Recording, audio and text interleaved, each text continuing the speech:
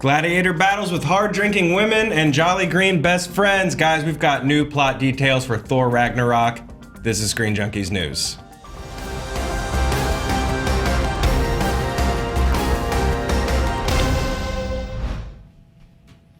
Thor Ragnarok hits theaters this November, and we haven't seen or heard too much about it from Marvel Studios until this week.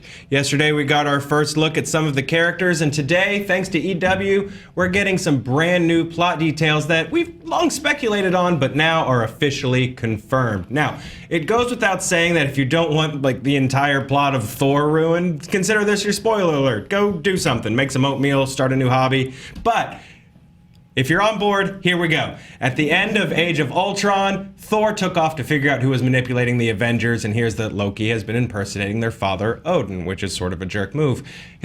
Loki's relaxed form of governing is what allows the evil Hela to emerge. Upon Thor's first fight with her, she blasts him to a barbaric gladiator planet called Sakaar, where Valkyrie discovers him. Knowing who he is, she brings him to the ruler of the planet, the Grandmaster, played by Jeff Goldblum. They chop off Thor's beautiful, beautiful hair, replace his hammer with a couple of janky Goodwill swords, and send him to fight the planet's most popular and successful gladiator, the Hulk. This movie sounds ridiculous. Here to go over it with me are Dan Murrell, Avital Ash, and Roth Cornett. Good morning, team. Good morning. That was a nice little church intro. It was because you took us to peace school. be with you. Yeah, and also with And you. to church. May Thor be with you. So, guys, this plot synopsis sounds ridiculous. Well, that's not really a synopsis. That's more just That's like, the movie. here's the first half of the movie. Sure. I don't know why they do that. I did not know a lot about this movie, and now I do. I wish that I could have taken advantage of that spoiler alert that you gave me. So you think Marvel kind of giving us a little too much here? I just don't know why you have to know this is literally, that's the plot breakdown of the first half of the movie. Like if you want to tease people, you can just literally say Thor faces new adventures in new worlds while facing one of his own friends in Thor Ragnarok. Done. There you go. You gave me a general idea of the movie, and you didn't tell me, I don't know. I hate they're so far out from the movie, and now they've told us the first hour of the movie. It's like discovery, surprise. Sure. I know for me that you could just put a Marvel logo and put Thor in Times New Roman, and I'd be like, I'll go see that. Avatar Roth, do you guys think that they're sort of tossing full plot out because the tone is sort of bigger than plot in this movie, or it's kind of a leading question? I apologize. You know what I was thinking? Tell me the thing I want to It's hear. interesting. I was thinking maybe tone was actually the thing we were concerned about in this movie. Tell me more! So interesting. This morning when we first read the plot synopsis, that was my question too. Why have they given us the entire movie? Is this actually condensed into a 10-second acid trip at the beginning and the opening credits? What's going on? And then as we talked about it, Taika Waititi, who directed Hunt for the Wilder People and What We Do in the Shadows, is directing this film. He's hilarious. And they've been heavily signaling and sending the message that this movie's really funny, that it's got a very different tone, that this is his emphasis on making Thor a really interesting character. We know Chris Hemsworth is very funny, or at least I think he is. He's a funny man. Yeah, He's a funny man. I'm not gonna talk crap on Chris Hemsworth. Well, Jordan Peele had a theory about that. That's a good theory. That we can get into later. But yeah, I think they're emphasizing, it doesn't really matter what the plot is because you're going to enjoy. I don't know. I'm thinking this is what they're trying to say, because you're going to enjoy the ride so much. And the only people reading this are nut jobs like us who have spent the last 6 months trying to figure out the plot anyway. Well, I've long said that Thor 2, parts of Thor 2, which I think I'm the only one in our building that really loved that movie. Parts of it to me felt like a sequel to that old terrible Masters of the Universe movie, and it seems like they're just leaning into that even more. So when you guys Masters of the Universe, by terrible I mean I watch it daily. So when you guys sort of saw this plot outline, does this kind of really line up with Taika Waititi to you guys, just based on? It seems like it. Yeah. I mean, It feels good. I mean, he's a very distinct style. It's a very unique style. plot does matter, Ross. Come on. I'm not saying no. I'm not saying that. I don't think the plot matters at all. To clarify, Dan, why did I get British? Well, it's just a rich character study, and plot is irrelevant. It's just going to be. Otherwise, why are they giving it all to us? What makes Thor tick? I don't know why they give We're it going all to to find us. out. What makes Hulk tick? That's what this movie is really about. Well, it's sort of a fresh take on the characters. Let's let me give you guys a quote. A lot of what we're doing with this film is, in a way, kind of dismantling and destroying the old ideas and rebuilding it in a new way that's fresh. Everyone's got a slightly new take on their characters, so in that way, it feels like this is the first Thor movie.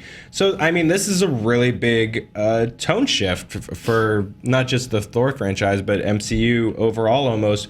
Do you guys think a tone shift helps or hurts this series of movies? Hopefully it helps. It sounds like fun. It's like kind of exciting. We were talking about this before, getting to see Ruffalo like really just have a blast, sort of untethered and leaning into his rage as a gladiator. I don't know. It sounds like it just is going to be fun. Yeah, no, I agree with that. I think these movies could do with some freshening up.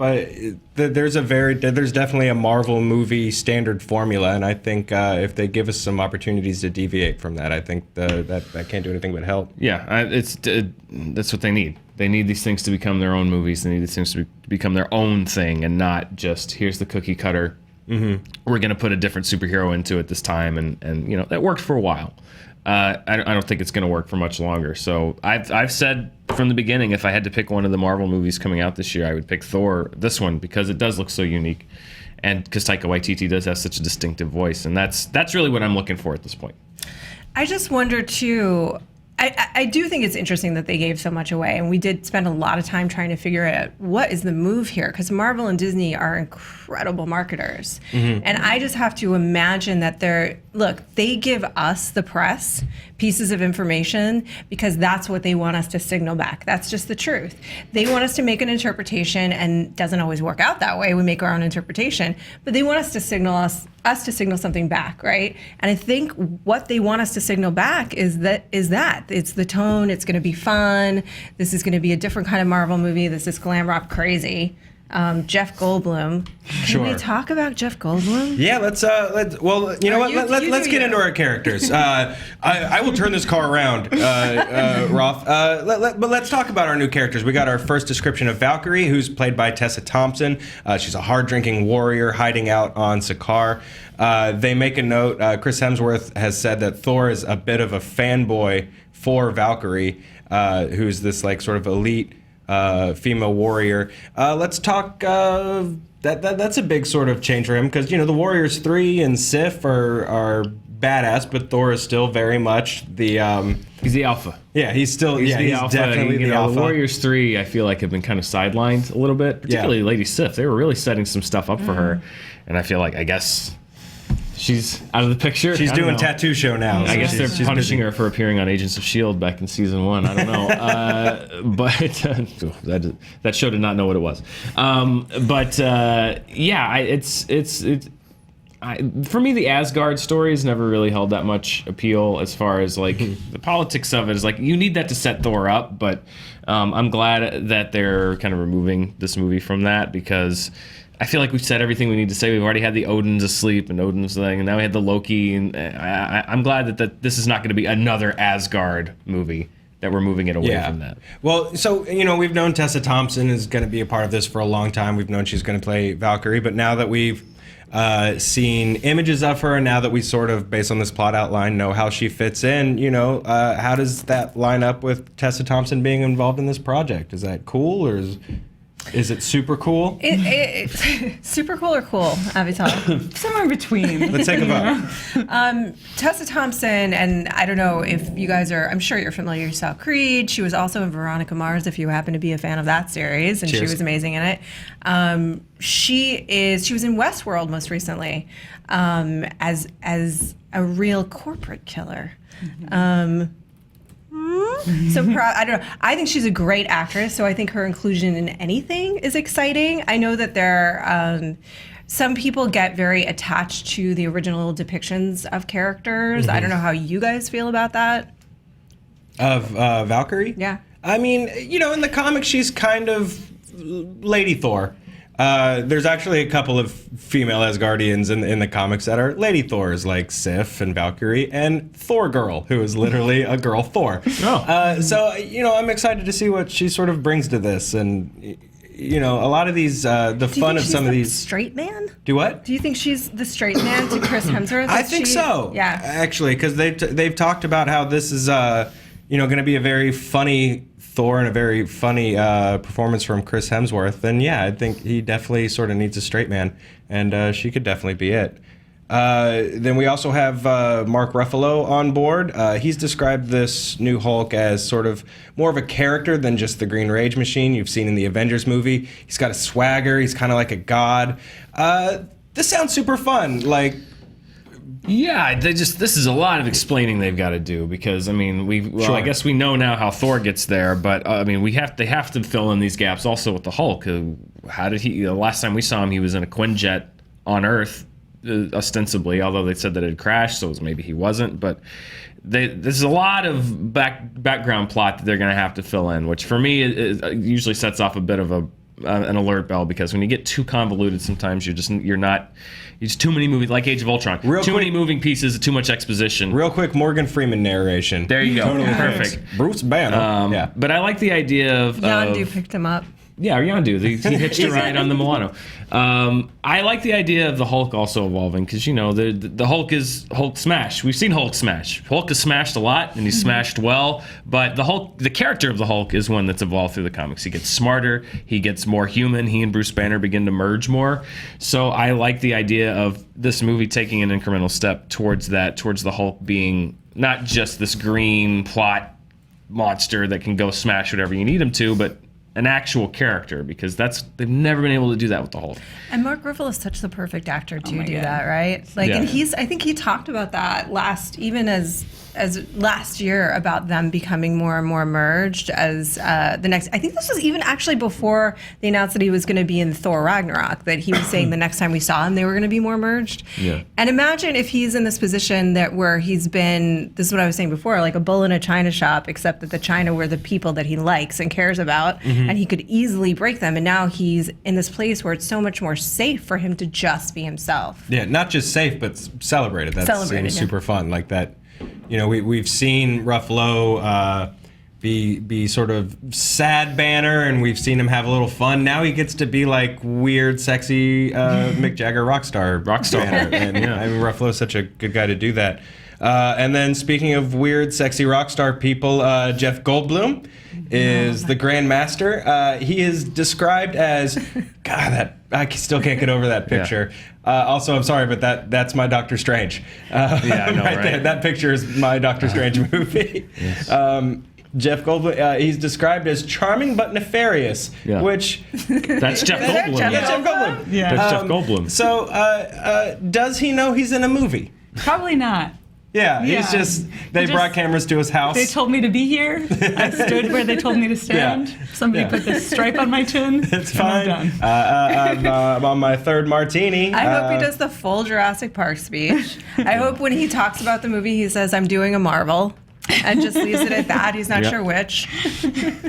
I completely did. I hope he brings his jazz band. Yeah. Maybe he thinks he's doing his jazz band glam rock. Maybe this is the music video for his jazz band. Oh my God! If Jeff Goldblum's jazz band did the music video for Thor Ragnarok, and they went like old school music video, remember when they used to like insert movie clips into the video? Yeah. That was the olden days. That was the Back in the golden day, days. kids, that's how you saw your new footage. Yeah, you would have a singer on a soundstage in one setup, and then there would be clips from the movie. Yep, and the movie hadn't come out, and that's how that was our internet. That was Type our "Kiss movie from a Rose" speculation. Seal music video. You'll see what we made. Exactly. Bush, the mouth video for... Yes.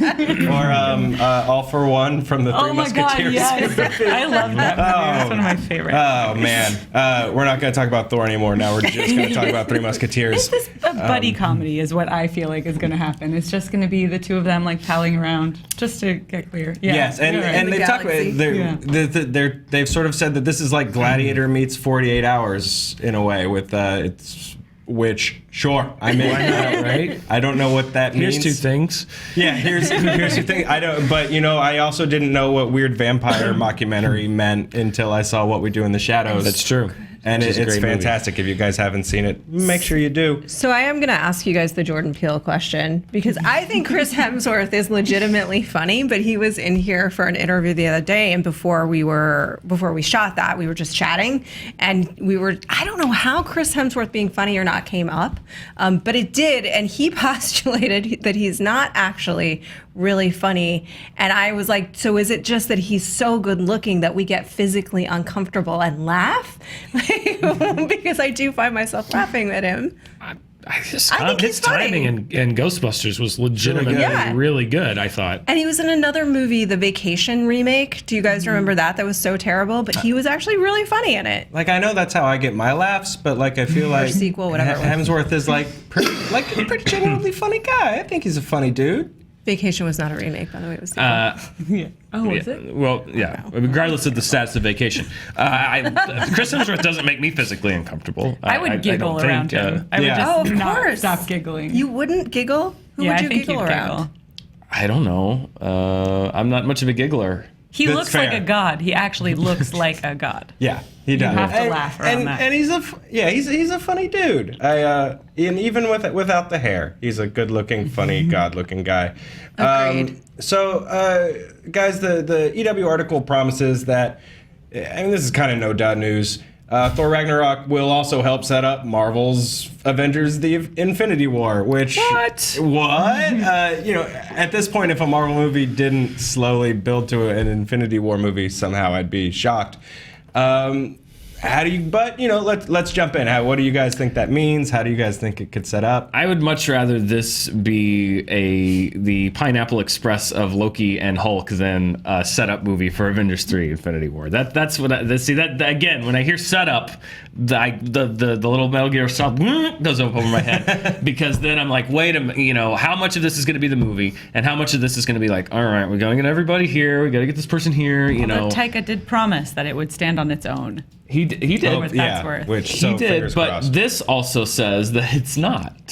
So who's telling the truth? Well, hopefully it's more of like a there's concepts and stuff introduced that'll tie in. Like Guardians.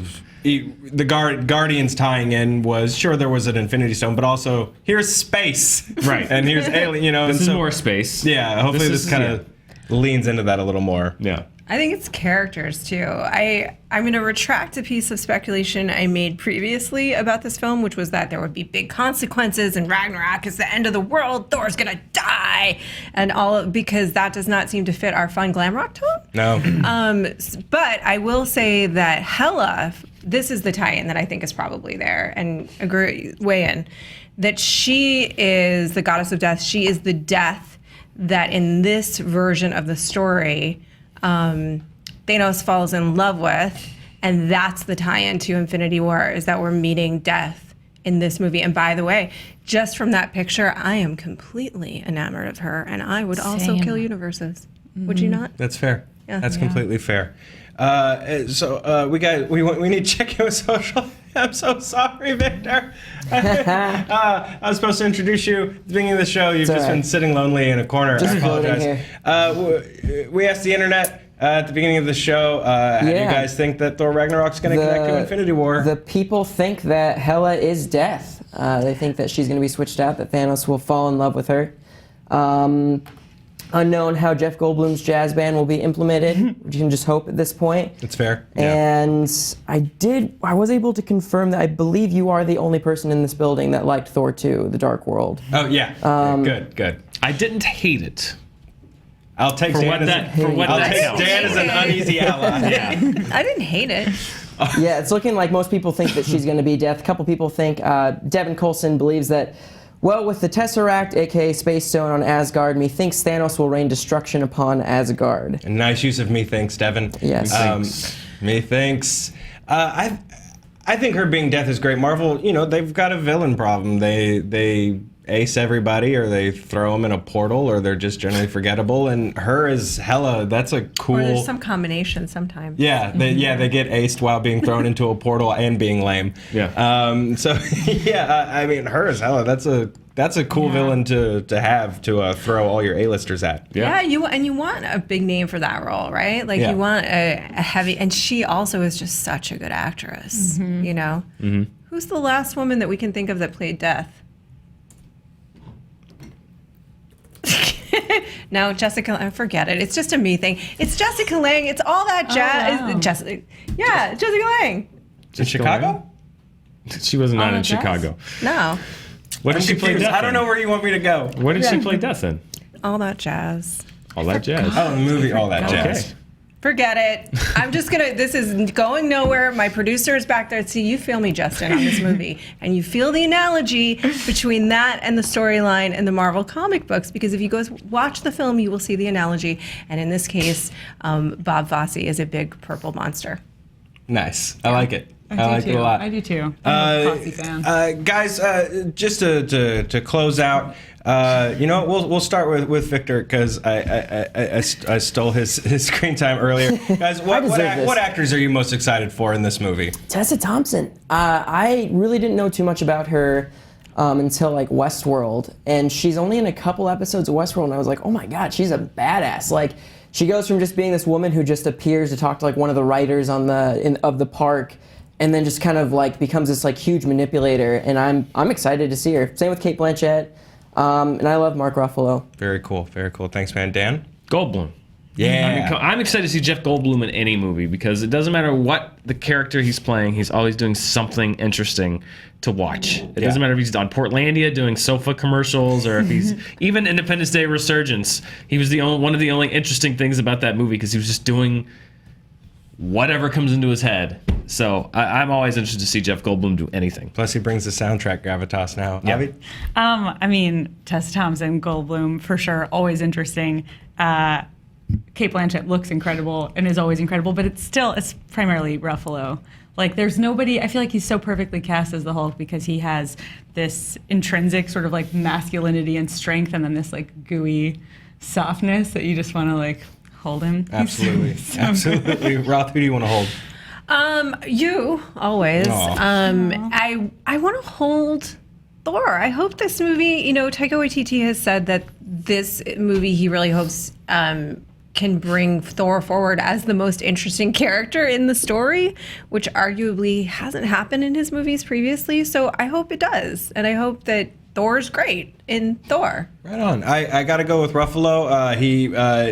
He made me cry in Avengers with like one line, so I'm excited to see Best him. part of the movie. Yeah, best line of the movie. I'm always angry. So yeah, I'm excited to see what he does with this one. Thank you guys all for hanging out. Hey, internet. We want to know how do you guys think Thor Ragnarok is going to tie in to Avengers Infinity War? And also, since this is a wacky buddy cop movie between Hulk and Thor, what do you think the montage that's underscored by me and Julio down by the schoolyard is going to look like? Let us know in the comments. Be nice to each other. Treat each other like human beings. Click over here for more internet videos from Screen Junkies News. Make sure to subscribe. Thanks for hanging out. Bye, guys.